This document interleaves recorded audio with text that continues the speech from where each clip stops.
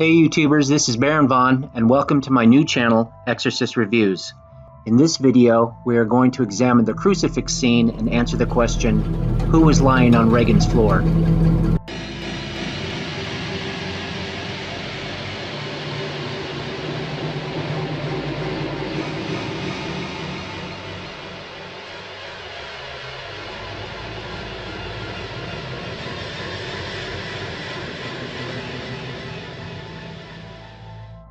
Was someone else in the bedroom with Regan and Chris during the crucifix scene?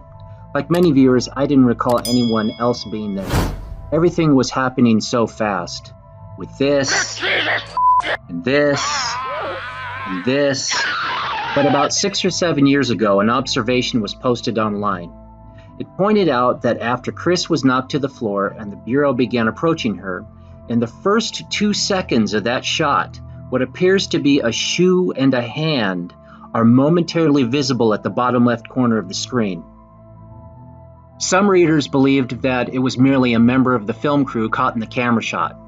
That very well could have been, but why would anyone from the film crew be lying on their back in what appeared to be formal attire, in something that the housekeeper, Carl Engstrom, was wearing earlier in the film? Could the mysterious body on the floor be Carl Engstrom? 2 clues from the film may have suggested it. Scene. Shortly after Kinderman left the McNeil residence, Chris's attentions were diverted by the crashing and screaming coming from Regan's bedroom.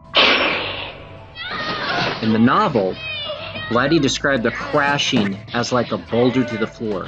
More specifically, someone reeling, someone crashing like a boulder to the floor. From earlier VHS recordings of the film, that was how I remembered it. The second clue was a simple one. During the commotion, Willie and Sharon rushed to Chris's aid only to be thwarted by demonic forces. Where was Carl while this was going on? Did he leave the house before Kinderman? Probably not. Finally, there's the obscured body as it was briefly seen in the shot, and as it was described in the novel.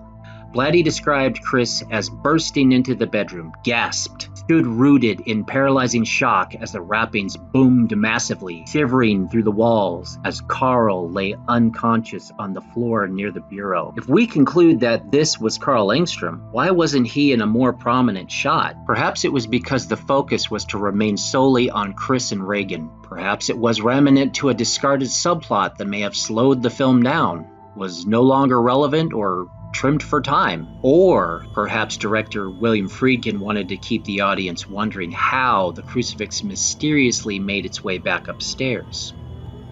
What are your thoughts? Please leave a comment below and subscribe. Thanks.